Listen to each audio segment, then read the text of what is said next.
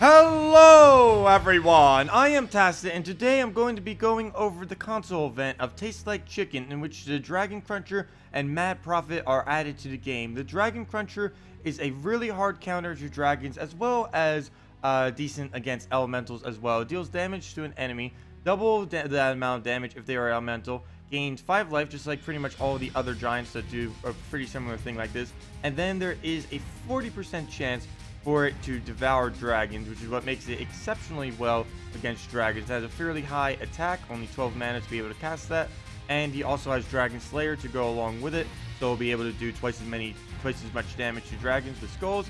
And he even has Impervious Trait if you get him fully traded, which will make him immune to pretty much everything in the entire game, which of course is going to be really good, especially since dragons tend to have a lot of stats effects. He also has Big, just like a lot of other giants, in which he gains a life whenever he does 4 times or more on the matches on the board.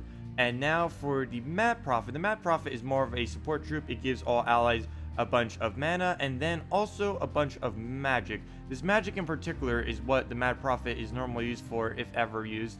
It can only cast once, but it can give a huge buff of magic of 5 magic to all allies whenever it is cast. And it can do this for 18 mana, a little bit of a high mana cost, but for anything that really uses magic very well, that will be a really good buff that you can do to them. As far as traits, they're pretty much useless. You wouldn't need really any of them. Luckily, it's a common, so it'd be easy if you did want to get them, but there really isn't any need to get them. So let's go do some teams with these. I'm also going to be showing a team with the sorcerer class after all of this, mainly because the sorcerer class, if you buy a bunch of Mad Prophets, you'll be able to get the pure purple traitstones, and that is used to upgrade the traits on the sorcerer class.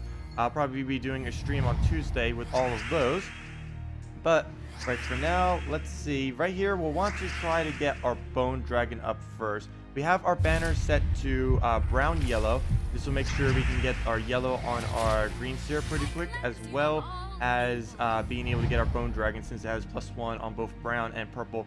Brown because of banner, and purple because of the giant spider's first trait of Magic Link. So right here, I will take these, yellow mana on both of them.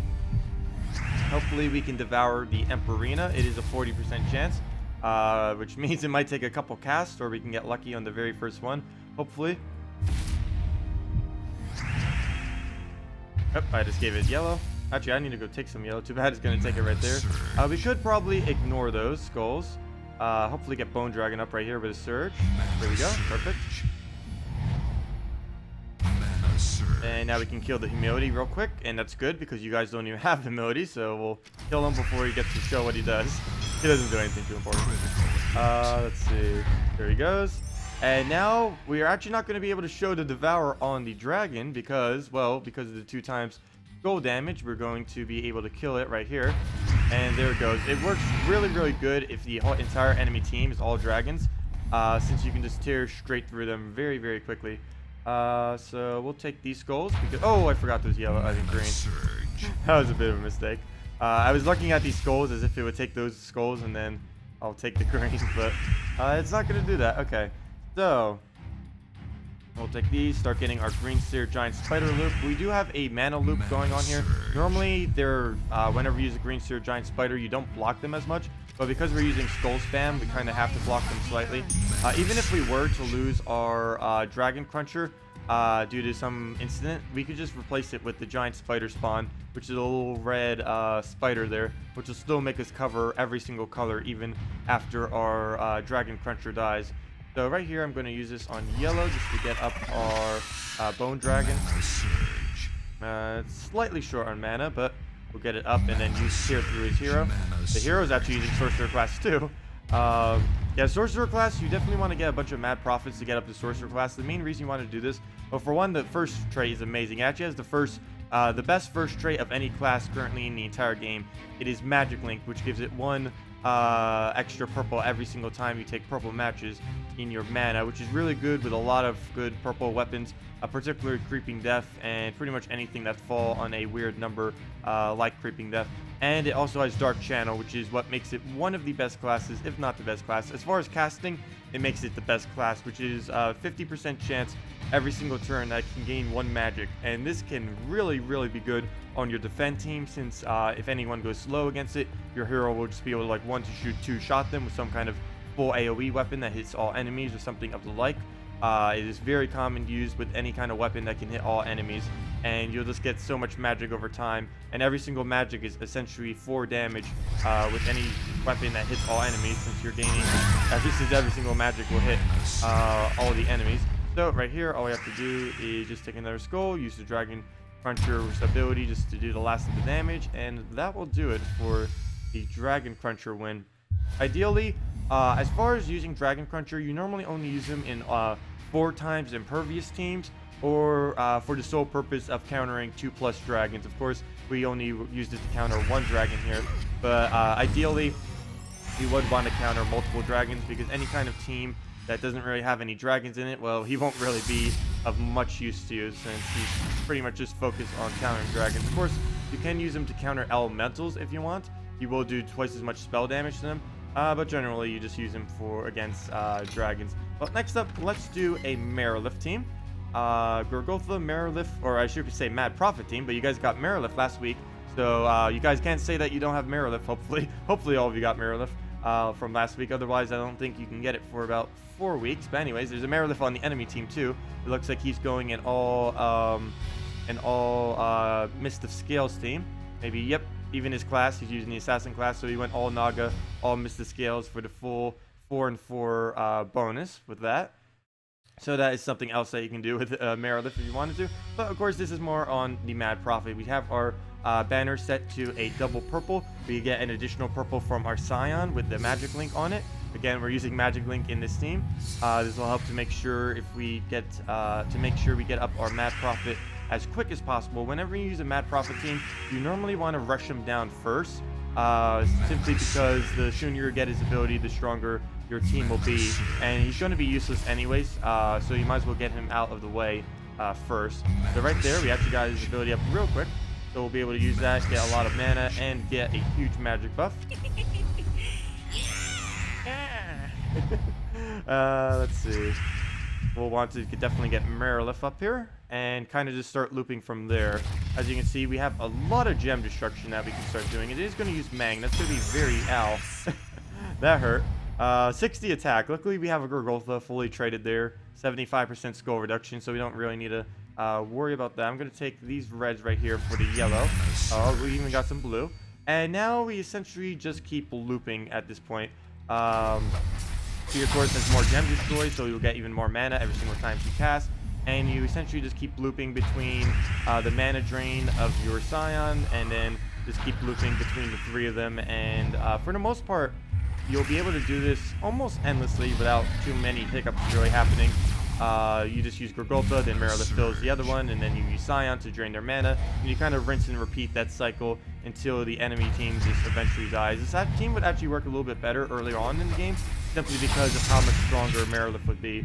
But of course, we're having a higher amount of explosions, higher amount of gem destroy, and higher amount of true damage because of the Mad Prophet buff. Of course, now the Mad Prophet buff is the Mad Prophet is kind of useless in our team. It's kind of just there, sitting there without anything that you can do. But we still have the +2 purple banner, so we can actually get a lot of mana every single time we take any purple if we needed to for our Scion. And you can see he has a bunch of mana. I'm just gonna do that now.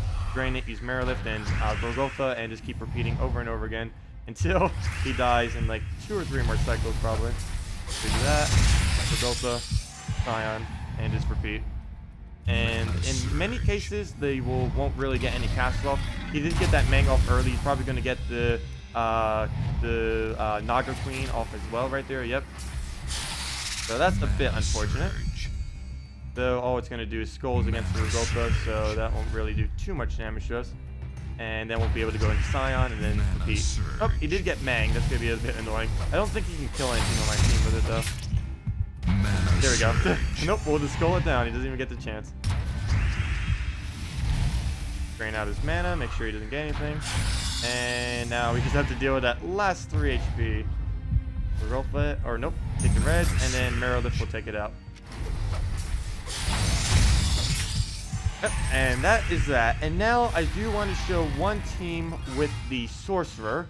I will be doing a stream on Tuesday probably of a bunch of sorcerer teams, since actually both the console and the PC mobile version are both getting purple, pure purple traitstones this week, so it's a perfect week to go over it again. But let's just go over here. There are so many teams that can build this. I'm just using this one since it is something relatively easy that most of you can build. Other than Gorgulfa, you can replace out Gorgulfa for pretty much any other brown yellow that you have available. As far as tanking, maybe even just a dust level if you just want to have interruption on your team. But as you can see here, the main thing that we really need is the giant spider creeping death combo. If you can get that, you are set to go. Creeping death, you get that weapon. It's actually one of the best weapons in the entire game, if not the best. You get it from the Kedar bonus questline. You do Kedar, you then do its bonus questline, you then get the necromancy class, which is under your hero. You then just switch that class, get 250 wins, which you could technically do in about a day. On average, if you're playing more casually, it'll probably take about a week to get it, but you just switch to the necromancy class. You would change for free because you can do it once per day or whenever you unlock a new class, and then you get 250 wins. You can see I have exactly 250 wins. You get the creeping death weapon, which places death mark on the strongest and weakest enemies, and then deals 7 damage, or then deals damage to all of them, which is a really strong weapon, particularly because of the death marks that it places. It also has one of the higher full AoE damage to all enemies in the game as far as weapons are concerned, and it has one of the lowest mana costs at them. No clue why it's showing a rainbow there, but it's only a purple, but it does have a 14 mana cost. So let's do this. I did set the banner to brown yellow in this one. If you did not have a Gorgulfa, you'd probably want to set it to double blue or double green to be able to get up the giant spider quicker. And we have Miststalker here. You could do some other alternatives for this too. Main reason we have this here is for the magic link, which will help quite a big deal. Also, the fact that he poisons and can do true damage to the weakest will also help for being able to do pickoffs off the enemy team. So let's go through this real quick. He's using one of the more popular Corvash teams right now. I think Corvash, Valkyrie, Queen Mab, yep, Mercy. You see this a lot more towards the end of the game. Early on, you don't really have to worry about this particular lineup since I don't believe most people have a fully traded Mercy. Most people don't invest in that early on. Mana surge. Most people just go with an alchemist instead. But let's see, we'll go for brown again, and all we need now is a brown or yellow, and we can start using our Gorgulfa. But I do want to make sure we get that up before he does anything with his Corvash, because he'll be stunning out our granite skin when he does, and that is not going to be good. He's also going to be stunning out our Gorgulfa mana, and we need him to start looping. So we'll get that. We'll use our purple convert on pretty much anything. As long as we can get an extra turn off, it doesn't matter too much what we use it on. We'll use it there, and then we can start using our creeping death. We'll take that to make sure there's no extra turns left. Of course, we have the big trait there, so the giant spider will tank some. Not too worried about the skulls, and so we'll just use our creeping death. If any of them were low enough. Oh, look, see, first turn death mark. He doesn't even have a chance to cleanse with the Mercy or anything. Already dead. Very strong. Ideally, we would want to be able to kill something with our Miststalker right now. Unfortunately, all of them are way too healthy to be able to do that. So we'll need to get more mana first. Just looking at where we might do that. We'll take these purples.